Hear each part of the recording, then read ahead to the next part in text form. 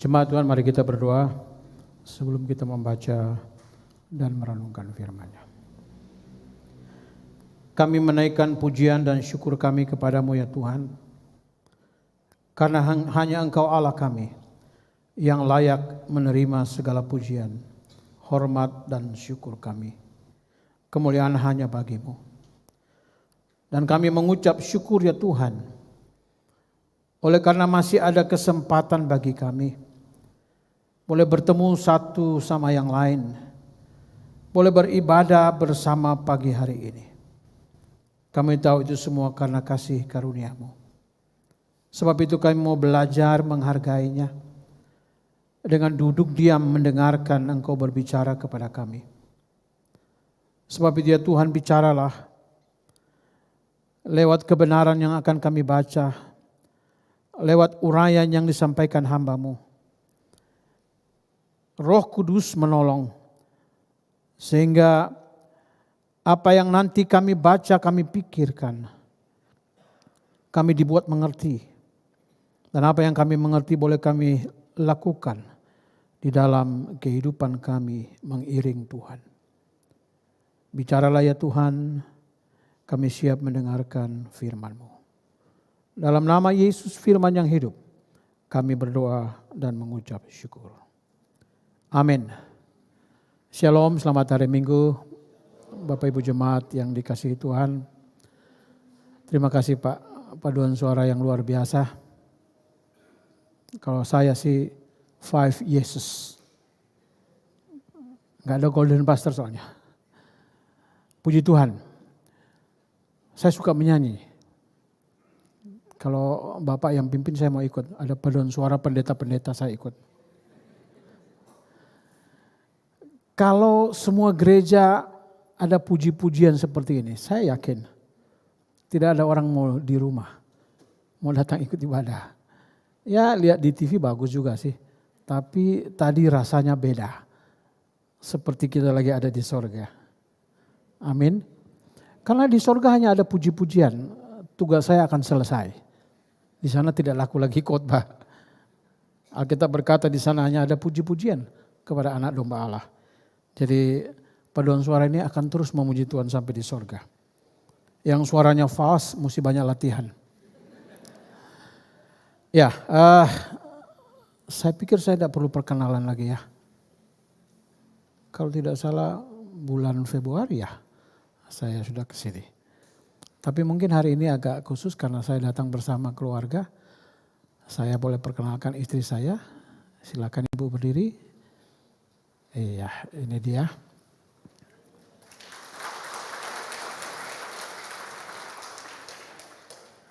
Namanya Ibu Shirley Mudak.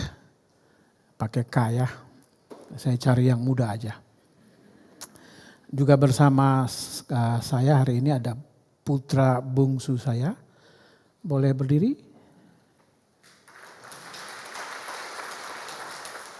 Ya, namanya Clevy Jordan Manafe. Siapa tahu nanti Bapak latih dia paduan suara. Dia akan masuk UPH. Kemudian juga bersama saya ada 2 mahasiswa saya. Mereka tingkat akhir sedang menyelesaikan skripsi. Saya ajak mereka ikut saya, boleh berdiri? Ya. Satu dari Pulau Paleng Selatan, dari Pulau Rote. Dan satu dari Pulau Timur. Itu dulu mungkin perkenalan kita Bapak Ibu ya. Hari ini tema yang diberikan untuk kita pikirkan bersama dan renungkan bersama. Jemaat yang setia beribadah. Teksnya tadi sudah dibacakan. Ibrani pasal 10 ayat 19 sampai 25. Saya tidak bacakan lagi. Tema ini membuat saya bertanya. Jemaat yang setia beribadah.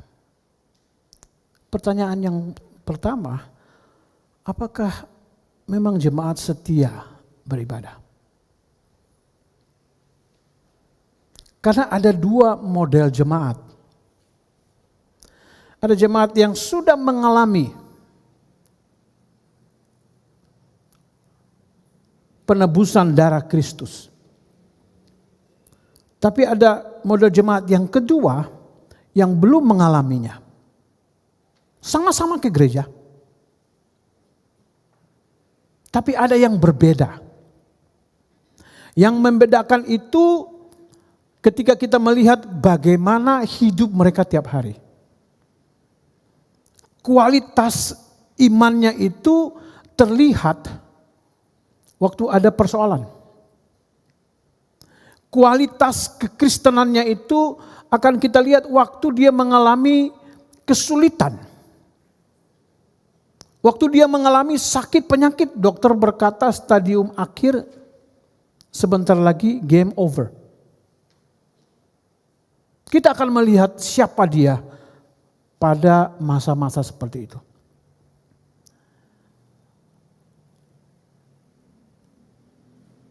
Yang beribadah setia, ada juga yang setia hadir di gereja setiap minggu, sepanjang tahun, tiap minggu pasti hadir.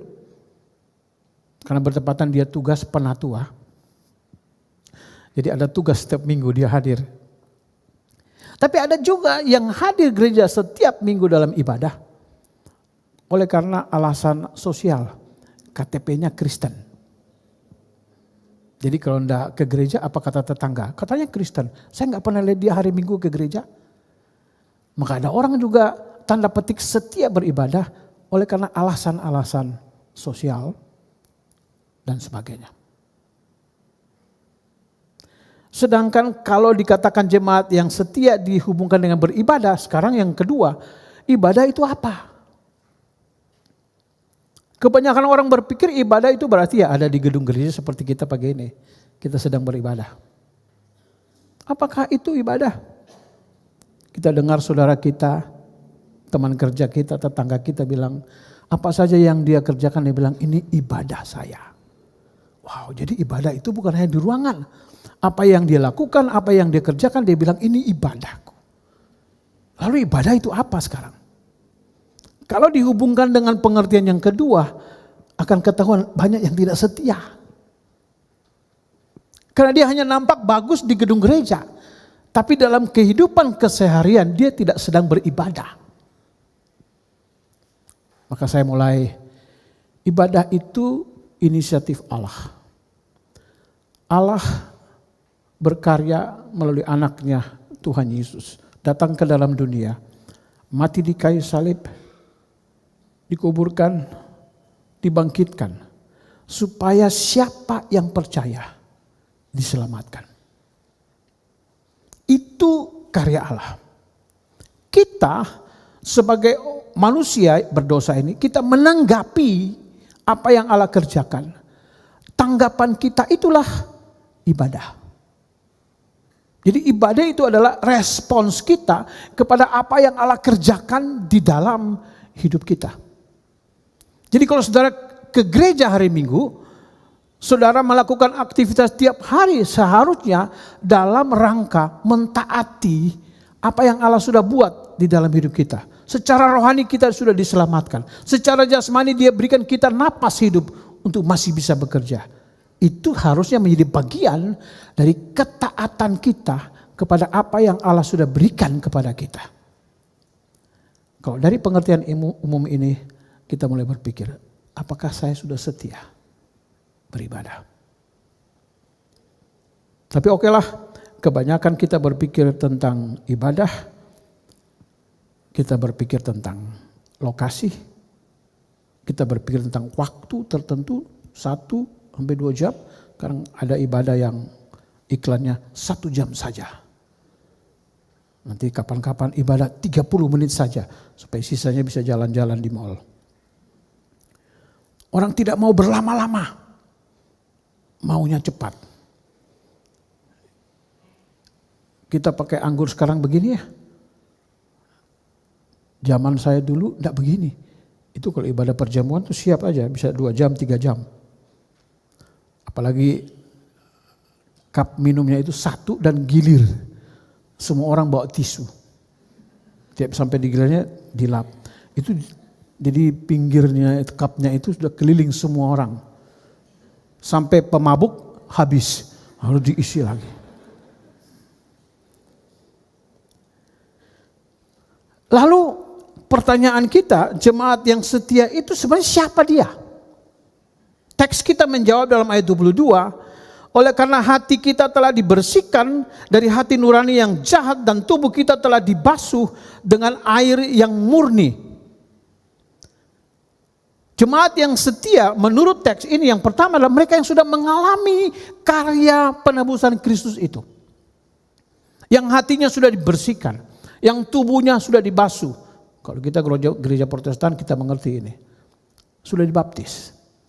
Entah mau percik, mau selam, ini sekarang jadi heboh di kampung saya, Kupang.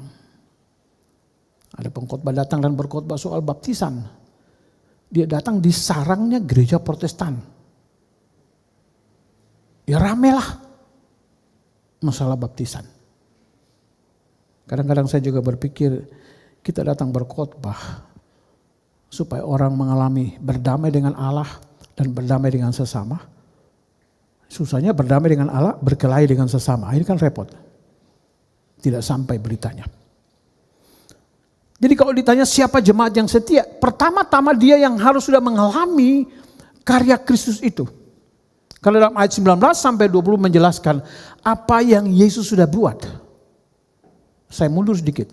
Dalam konteks perjanjian lama yang bisa masuk ruang Maha Kudus. Tadi lagu pembukaan bagus sekali. Kita tidak bicara. Tapi saya yakin beliau pemimpin paduan suara mengerti. Ini yang dimaksudkan dengan ibadah. Ibadah itu satu. Khotbah dan nyanyian harus nyambung. Khotbahnya ngomong apa, nyanyiannya ngomong apa. Ini bagus sekali. Lagu tadi itu latar belakang perjanjian lama. Ku masuk ruang Maha Kudus. Tidak boleh aku masuk, tidak boleh. Yang masuk itu hanya boleh imam. Dan itu 1 tahun sekali. Sebelum imam itu masuk, dia sendiri harus dibasuh. Diperciki dulu dengan darah, dibasuh. Dia harus suci dulu. Dia dikuduskan secara khusus. Dia boleh masuk ke ruang Maha Kudus. Untuk apa?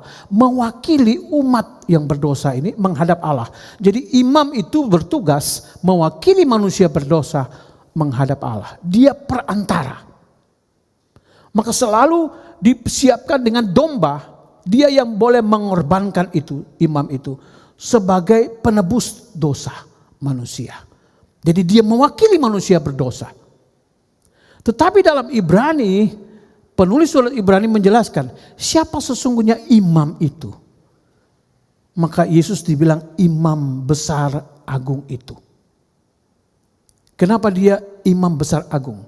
Karena dia bukan hanya membawa korban, tapi dirinya sendiri adalah korban. Maka dia imam yang agung, karena di dalam dia semua digenapi. Maka kita baca dalam Injil Matius pasal 27, tirai bait Allah itu runtuh. Tidak ada lagi pemisah antara ruang kudus dan ruang Maha Kudus. Tirai itu sudah dilepaskan. Dan dikatakan dalam teks kita dalam Ibrani 10 tadi, tirai itu adalah tubuhnya sendiri. Maka waktu Yesus mati di kayu salib, tirai itu sudah dilepas. Bukan digulung ya, sobek, lepas. Seperti tubuhnya yang dihancurkan. Itu melambangkan tirai itu sudah dilepas. Maka di dalam nama Yesus, oleh dia kita bisa masuk ke ruang Maha Kudus, berjumpa dengan Allah.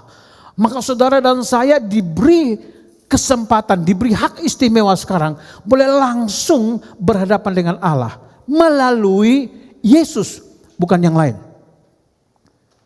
Memang ada pemahaman gereja tertentu semua harus lewat imam. Maka perjamuan kudus pun Bapak Ibu dan saya tidak boleh pegang roti dan anggur. Itu kudus. Hanya imam. Tadi saya baru bicara dengan beliau. Jadi jemaat masuk satu-satu, dia celup dalam anggur, lalu imamnya yang taruh di mulut tiap orang. Seolah-olah dia perantara. No, perantara hanya Tuhan Yesus. Dia di dalam dia semua sudah genap. Maka itu Bapak Ibu, ketika kita bertobat, ketika kita menerima Yesus dalam hati dan hidup kita, pada saat itulah kita punya akses, kita punya jalan masuk. Kita bisa berjumpa dengan Allah yang Maha Kudus itu.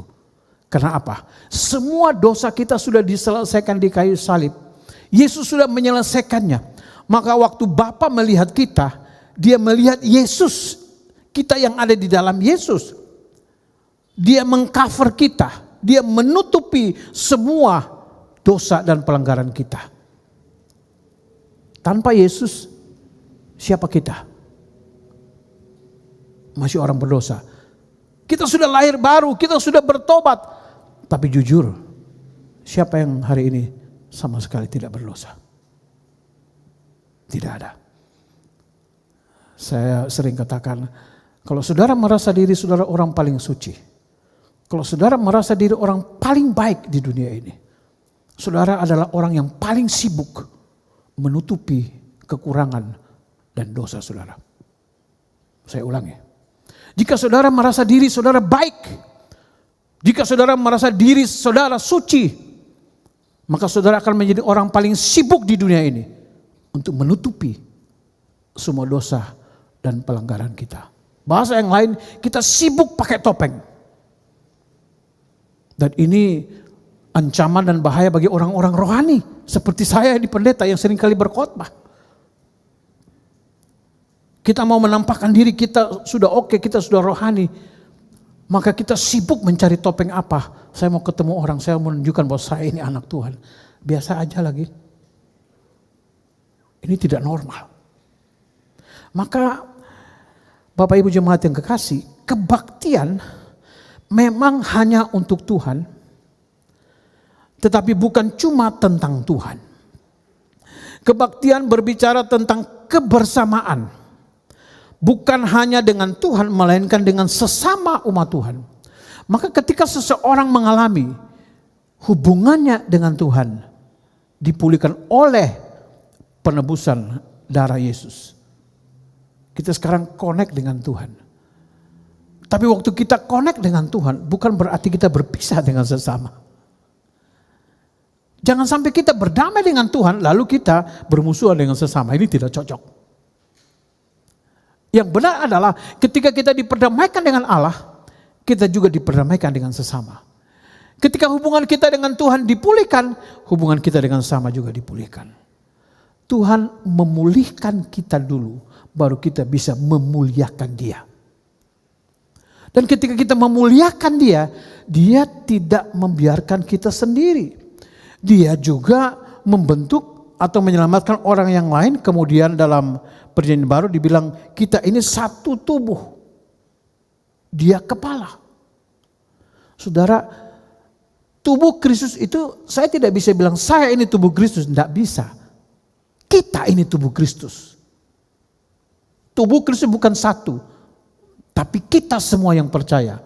Maka itu saya beralih dari secara pribadi hubungan kita dipulihkan, tapi yang kedua ada juga tuntutan dalam kehidupan bersama sebagai tubuh Kristus. Maka itu ibadah bersama itu penting. Terima kasih Bapak Ibu yang sudah hadir dalam ibadah hari ini. Memang beberapa orang masih enggan datang ibadah. Lebih enak memang di rumah. Bapak Ibu yang di rumah jangan tersinggung ya. Saya tidak sedang menyinggung saudara, cuma sindir. Tujuan Tuhan menyelamatkan kita supaya kita bisa bersama. Nanti saya jelaskan bagian akhir. Kenapa kita harus bersama? Apa pentingnya ibadah bersama? Teks kita yang kita baca tadi menunjukkan bahwa ibadah TV atau ibadah internet bukanlah pengganti ibadah bersama. Ibadah bersama secara tatap muka maksudnya. Ibadah semacam itu hanyalah suplemen, makanan tambahan. Bukan makanan utama bagi kerohanian kita. Sekarang ini ada diskusi lanjutan setelah pandemi. Banyak orang masih enggan ke gereja. Maka beberapa pembicara menyimpulkan online itu hanya sementara. Itu solusi sementara. Selanjutnya yang benar memang harus seperti begini. Kita harus ada bersama-sama. Oke lah, ada 1-2 orang mungkin masih trauma. Jangan lama-lama lah traumanya. Kalau tidak ada pandemi yang lain lagi kan repot ya. Mau minta lanjutin. Presiden sudah umumkan, sudah selesai. Kecuali yang batuk, pakailah. Supaya jangan bagi-bagi berkat yang tidak perlu. Lalu apa masalahnya? Masalahnya ada orang bilang begini, jikalau ada orang yang beribadah bersama tetapi tidak merasa dikuatkan oleh sesamanya, mungkin orang itu sengaja menarik diri dari orang lain yang disalahkan ibadah. Saya tidak mau ke gereja. Justru di sana saya tidak dapat apa-apa. Ini lucu ya. Saudara ke gereja bukan untuk cari apa-apa, bukan. Karena apa-apa saudara sudah diberikan oleh Tuhan. Maka saudara datang ke gereja untuk membagi apa-apa yang saudara terima dari Tuhan. Sorry, ini konsep terbalik. Saudara dan saya datang beribadah di gereja bukan cari berkat. Kita sudah diberkati, kita datang supaya kita membagi berkat itu dengan sesama yang ada di sekitar kita. Yang paling sederhana itu paling tidak kasih senyum kepada yang ada di samping kiri kanan. Coba senyum. Bayangkan saudara masuk ibadah, duduk di samping saudara, mukanya orang saya bilang mukanya kering-kering. Kita jadi tidak enak kan? Kayaknya saya sudah mandi. Kenapa orang ini seperti itu? Mulai senyum, lalu kemudian mungkin mulai berbagi cerita pengalaman Tuhan. Saudara memberkati orang lain. Saya ini sakit. Tapi saya percaya Tuhan sudah menyembuhkan saya, dengan iman saya melangkah, saya mau datang ke gereja. Orang yang di samping mungkin dia ditegur. Ini orang yang sedang tidak sehat mau datang ke gereja. Saya mau cari-cari alasan untuk tidak ke gereja. Maka Bapak Ibu, kita ke gereja bukan cari berkat. Karena kita sudah diberkati, kita datang bersama-sama, kita saling memberkati satu dengan yang lain. Yang percaya boleh bilang amin. Tapi setelah itu lakukannya. Gampang sekali bilang amin. Di mana-mana orang suka bilang amin, amin latah ya. Cari dahulu kerajaan Allah dan kebenaran, maka semua akan ditambahkan kepadamu. Amin. Amin. Rumah akan ditambahkan. Amin. Mobil ditambahkan. Amin. Istri ditambahkan. Hancur. Bukan hanya sembarang amin. Kemungkinan yang lain, ada yang mengatakan bentuk ibadah bersama yang terlalu formal dan vertikal. Jemaat tidak diberi waktu dan sarana yang cukup untuk berbincang-bincang dan saling mendoakan satu dengan yang lain. Semua hanya terpaku pada liturgi yang kaku, tidak ada kebersamaan dalam ibadah bersama. Terima kasih tadi ada minta salam-salaman, itu penting. Itu bagian, ada komunikasi, jangan kita datang duduk diam dari awal sampai selesai, tidak tahu siapa yang di samping kita. Setelah itu tunggu kapan pendeta bilang yang terakhir. Wah puji Tuhan khotbah sudah mau selesai, kita sudah mau pulang. Tidak. Tapi orang bisa saja mempersalahkan liturgi. Saya dosen liturgi Kak, saya dosen teologi ibadah. Saya bilang tidak ada masalah dengan liturgika sebenarnya. Masalahnya adalah orang-orangnya. Ya, ada Bapak Ibu dari Jemaat Metodis. Saya pernah diundang di satu gereja Metodis. Minta seminar tentang lagu him versus lagu kontemporer. Rupanya majelis yang senior dengan yang muda-muda ini bertengkar soal lagu mana yang boleh dinyanyikan di gereja. Waktu saya bicara, saya tanya kepada semua majelis, ada yang tahu sejarah gereja Metodis? Diam semua. Yang muda, tahu sejarah gereja Metodis? Tidak tahu. Kalau tidak tahu, jangan sok tahu. Setiap gereja, liturginya, puji-pujiannya, semua ada latar belakang. Ada sejarahnya. Jangan kamu lihat di sana, kamu bawa ke sini. Ya sana-sana. Ini sudah berabad-abad ini. Dari awal semua ada latar belakangnya. Tidak bisa diubah begitu saja. Dua-dua diam. Yang tua, yang muda diam. Kalau tidak tahu sejarah, gak usahlah protes ribut-ribut. Ikut saja yang sudah ada. Lalu saya minta baca sejarah supaya tahu. Pendeta Wesley paling banyak mencipta lagu. Untuk apalagi cari lagu-lagu yang lain. Pendiri Metodis punya lagu banyak sekali. Dan itu lagu-lagu yang diurapi Tuhan yang berabad-abad. Kenapa berkelahi? Hanya soal pujian. Tidak perlu cari-cari alasan saja. Juga ada jemaat yang hanya berada di tempat yang sama, melakukan aktivitas religius yang sama, namun tidak ada kebersamaan di dalamnya. Nah, orang bilang begitu. Sama-sama tapi saya tidak rasa ada orang lain di samping.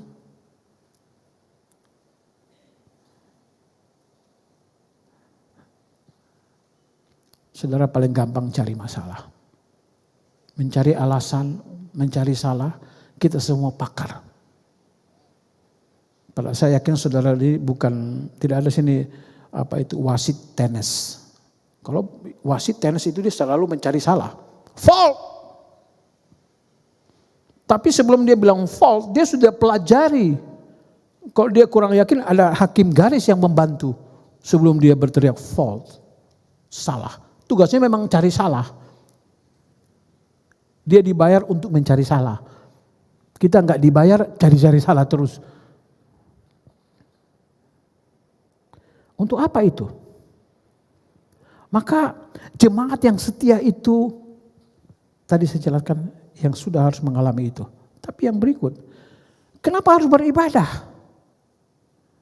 Jalan sudah dibuat. Yesus Kristus sebagai imam besar agung. Imam besar merupakan simbol mediator antara Allah dan umatnya. Tadi saya sudah jelaskan, jalan sudah disiapkan.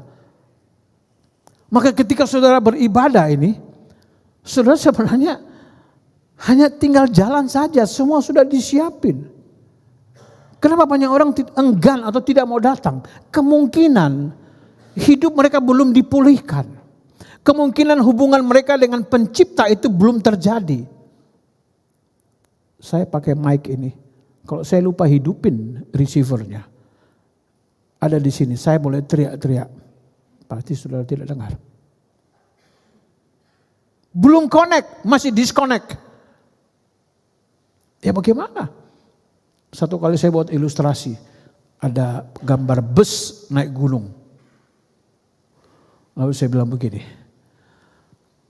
Orang yang belum menerima Yesus, yang belum lahir baru. Itu seperti bus yang tidak ada mesin. Tidak ada gunanya saudara dorong-dorong dia. Orang yang belum menerima Yesus dalam hidupnya, saudara dorong-dorong dia ke gereja, tidak ke gereja.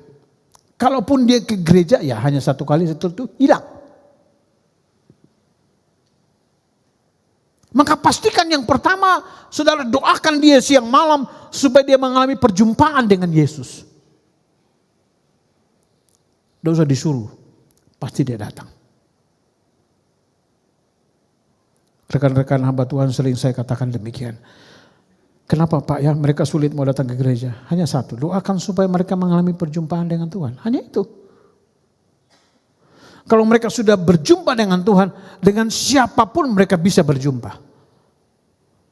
Karena Tuhan kita meruntuhkan semua pemisah. Mau status sosial, apapun. Hanya di dalam Yesus. Maka pastikan orang itu sudah berjumpa dengan Tuhan Yesus. Doa. Saudara dan saya percaya Yesus bukan dari diri kita. Sadari. Saya berdiri di mimbar ini oleh karena ada orang di belakang yang mendoakan saya. Sampai tahun 85 saya ambil keputusan terima Yesus dalam hati saya. Saudara ada di ruangan sini. Saudara jangan pikir saudara ada datang dengan sendiri. Tidak. Saudara percaya Yesus, saudara jangan pikir itu karena saudara. Tidak. Mungkin ada orang tua, mungkin ada teman, mungkin ada yang siang malam mendoakan saudara. Supaya saudara berjumpa dengan Yesus.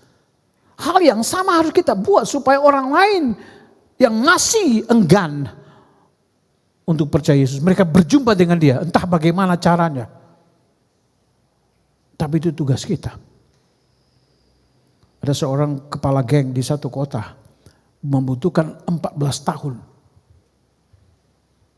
waktu. Selama 14 tahun itu, saudara perempuannya setiap hari Minggu pagi menjemput dia ke gereja. Setiap kali saudara perempuan pasti dimarahin. Untung tidak dipukul karena saudara perempuan. Kata-kata kasar keluar. 14 tahun, tahun yang ke-14. Genap 14 tahun. Kepala geng ini mengalami kecelakaan kerja. Hampir mati. Waktu dia hampir mati baru dia sadar. Dan kemudian dia ambil keputusan hari itu. Dia akan ke gereja. Waktu dia datang ke gereja, pendeta hanya bilang begini. Saudara, sebesar apa dosamu, sebanyak apa pelanggaran yang sudah kamu buat. Allah di dalam Yesus Kristus berkata, I love you. Aku mengasihi engkau. Siapa yang mau menerima kasih itu? Kasih yang tidak pandang bulu, kasih yang tidak memandang siapa saudara. Dia sedang mengajak saudara. Saudara, di gereja itu kota kecil. Waktu pendeta menantang itu, ini orang jahat ini maju. Memang hari Minggu itu saudara perempuannya ke gereja, ke rumahnya sudah tidak temukan. Orang rumah bilang dia sudah keluar dari pagi, tidak tahu kemana. Ternyata dia datang ke gereja. Dia duduk di belakang. Waktu ditantang dia maju, dia sendirian yang maju. Satu jemaat heboh. Bagaimana bisa kepala geng orang jahat ini bisa menangis? Biasanya dia buat orang lain menangis, tapi hari itu dia menangis seperti anak kecil. Saudara, saya percaya tidak ada orang yang keras yang tidak bisa diselamatkan oleh Tuhan Yesus. Kadang-kadang Tuhan melihat ketekunan kita dalam doa. Mungkin saudara dengar khotbah ini, saudara ingat saudara-saudara yang masih jauh. Seberapa sering saudara mendoakannya? Kepala geng ini kemudian jadi ketua panitia dalam satu acara. Dia menjemput saya. Saya sebagai pengkhotbah KKR. Waktu dia jemput saya juga bingung. Begitu salam dia bilang, Pak Pendeta. Wih, dia tahu dari mana. Celana pendek, pakai rompi, pakai tas ransel kecil, badan besar tinggi. Saya bilang, wih, saya kok dijemput orang begini ya. Kalau panitia kalau pakai bunga kayak, saya agak takut juga. Lebih tinggi besar. Dia perkenalkan saya ketua panitia, saya jemput Bapak Pendeta. Oh, oke. Dalam hati saya bagus juga, ini aman ini pasti di jalan. Kalau saya tanya Anda siapa?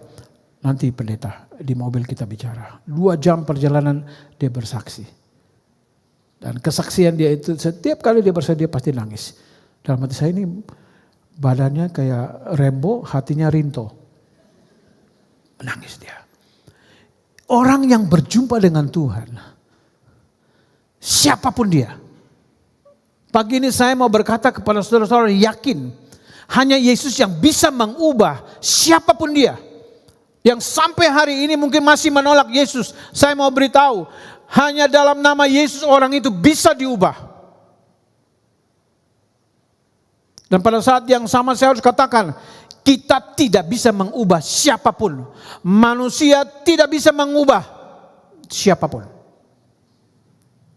Pendidikan tidak bisa mengubah manusia. Pendidikan hanya membuat orang bodoh, tidak tahu hitung-hitungan jadi pinter. Tapi banyak orang yang pinter juga pandai berbuat dosa. Hanya Yesus yang bisa mengubah itu.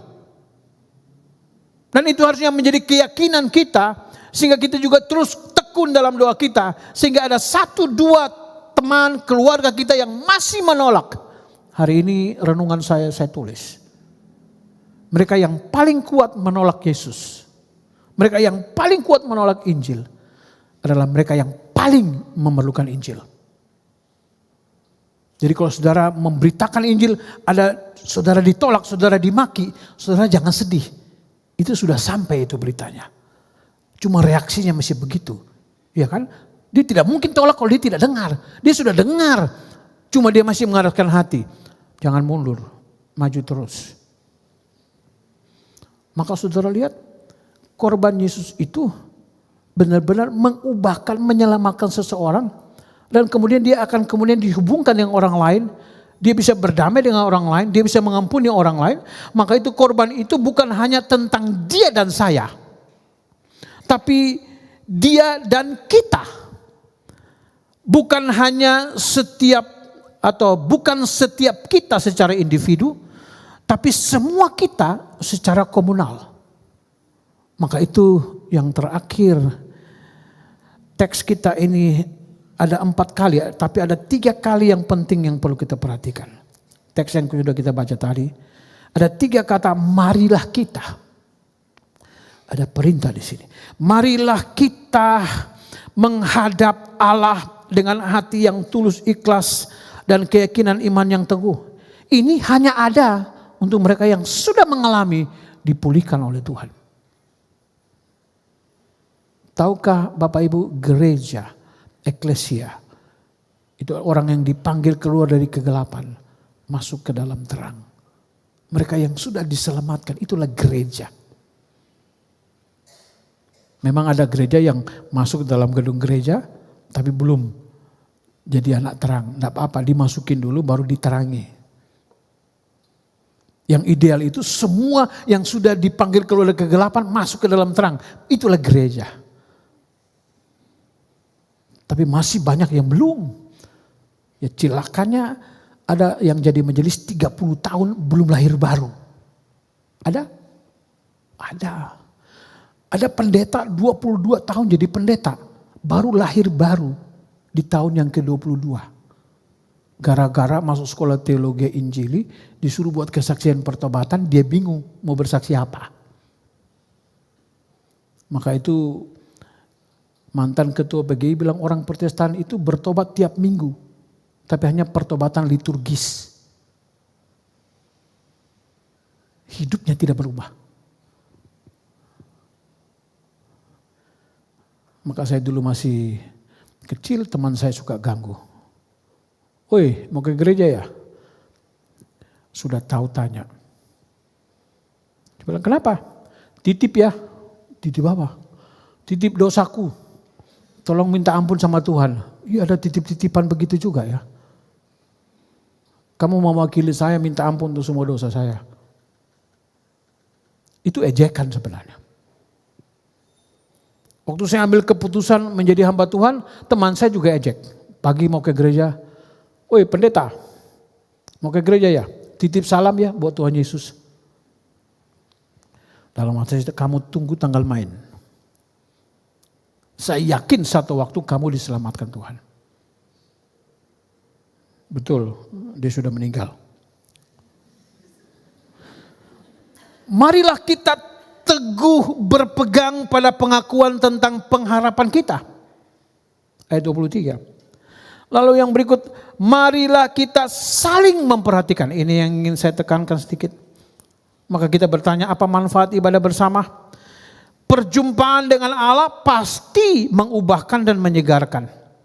Dia bekerja melalui pujian yang dinaikkan, doa yang dipanjatkan, firman Tuhan yang diberitakan. Itu yang harusnya terjadi dalam ibadah.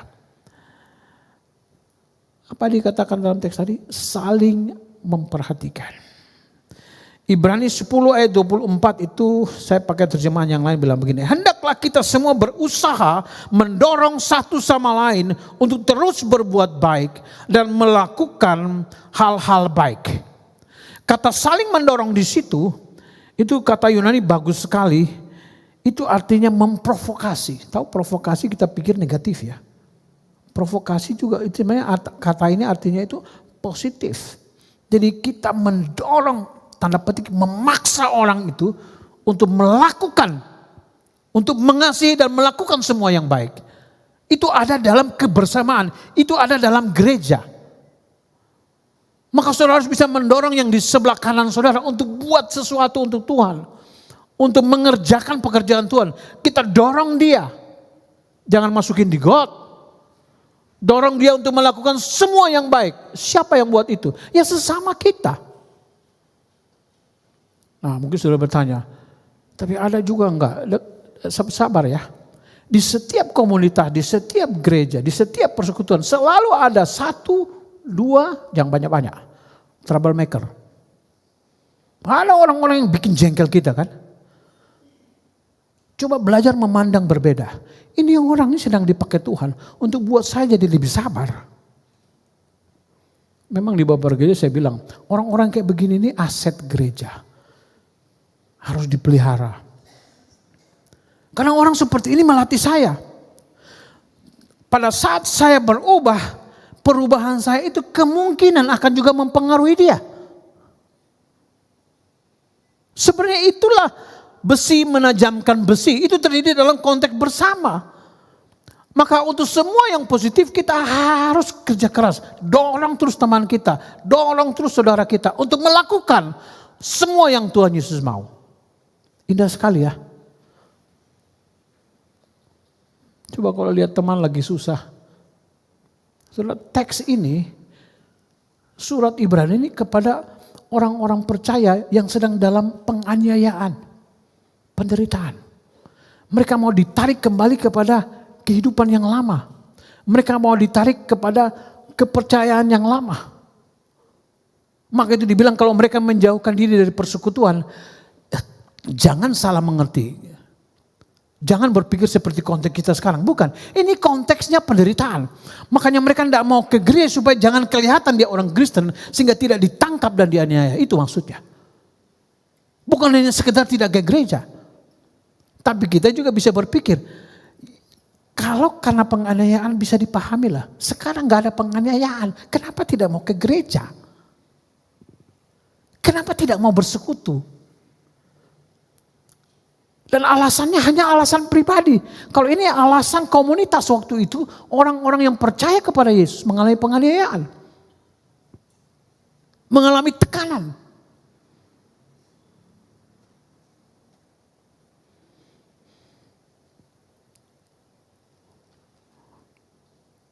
Maka kemudian mungkin kita bertanya, bagaimana kita bisa saling memperhatikan? Bagaimana kita bisa saling memprovokasi secara positif? Jawabannya melalui ibadah-ibadah bersama. Tanpa pertemuan ibadah yang cukup dan teratur, bagaimana kita bisa mendorong orang lain untuk saling mengasihi dan berbuat baik? Ya sama-sama inilah. Dengar Bapak Ibu Jemaat. Tidak ada orang bertumbuh sendirian secara rohani. Tidak. Kita selalu bertumbuh dalam konteks komunal, kebersamaan, persekutuan. Kata persekutuan itu bahasa Yunani itu artinya mengambil bagian di dalam kehidupan bersama. Bukan pasif. Kalau tidak itu hanya perkumpulan, bukan persekutuan. Saya mengambil bagian dalam hidup orang itu. Bagaimana hidup saya bisa mempengaruhi dia sehingga dia mengalami perubahan. Itu sesungguhnya. Maka tatkala persoalan datang, kita justru paling membutuhkan kekuatan dan pertolongan. Waktu ada persoalan itu saat dimana kita perlu pertolongan. Pertanyaannya kepada siapa? Allah sudah menyediakan sarananya melalui komunitas orang percaya. Melalui persekutuan, melalui ibadah gereja. Ini Tuhan siapkan. Maka adalah ironis apabila sebagian orang Kristen berusaha menghindari ibadah bersama pada saat mereka sedang menghadapi pergumulan yang berat. Mereka ingin menyendiri dengan Tuhan untuk mendapatkan kekuatan. Ini jelas keliru. Ini tipu daya iblis untuk semakin melemahkan mereka. Kenapa kamu tidak ke gereja? Saya ada masalah, saya mau menyendiri. Saya mau minta kekuatan dari Tuhan. Ini keliru. Justru di dalam persekutuan. Tapi juga hati-hati, kadang-kadang dalam persekutuan juga parah juga. Tadinya bagi pokok doa jadi pokok dosa. Juga berhikmat juga. Maka Bapak Ibu yang kekasih, kalau saya boleh simpulkan. Allah tidak menjadikan kita sebagai superhero atau single fighter. Kita membutuhkan sesama orang percaya. Pilihan bagi orang Kristen hanya ada dua. Bertumbuh bersama atau mati sendirian. Saudara pilih. bertumbuh bersama atau mati sendirian. Tidak ada jalan tengah. Kesimpulannya, mari kita setia dalam ibadah. Tapi saya tambahkan, mari kita setia dalam ibadah bersama. Disitulah kita bertumbuh. Di dalam pikiran kita taruh pengertian ini. Tidak ada yang sempurna. Karena itu kita harus bersama-sama supaya saling melengkapi. Saling memberkati. Dan sama-sama bertumbuh dalam pengenalan akan Tuhan. Tuhan Yesus memberkati kita. Mari kita berdoa. Bapa di sorga, terima kasih. Kami sekarang diberi pemahaman. Kami harus membuat pilihan. Bertumbuh bersama atau mati sendirian. Bila kebenaran ini membawa kami hari lepas hari. Hidup kami berkenan kepadamu, kami makin setia dalam persekutuan, dalam ibadah bersama. Sebagai orang pilihan, sebagai orang yang diselamatkan. Roh Kudus, lanjutkan kebenaran ini dalam hidup kami, dalam kebersamaan kami. Di dalam nama Yesus firman yang hidup kami berdoa dan mengucap syukur. Amin.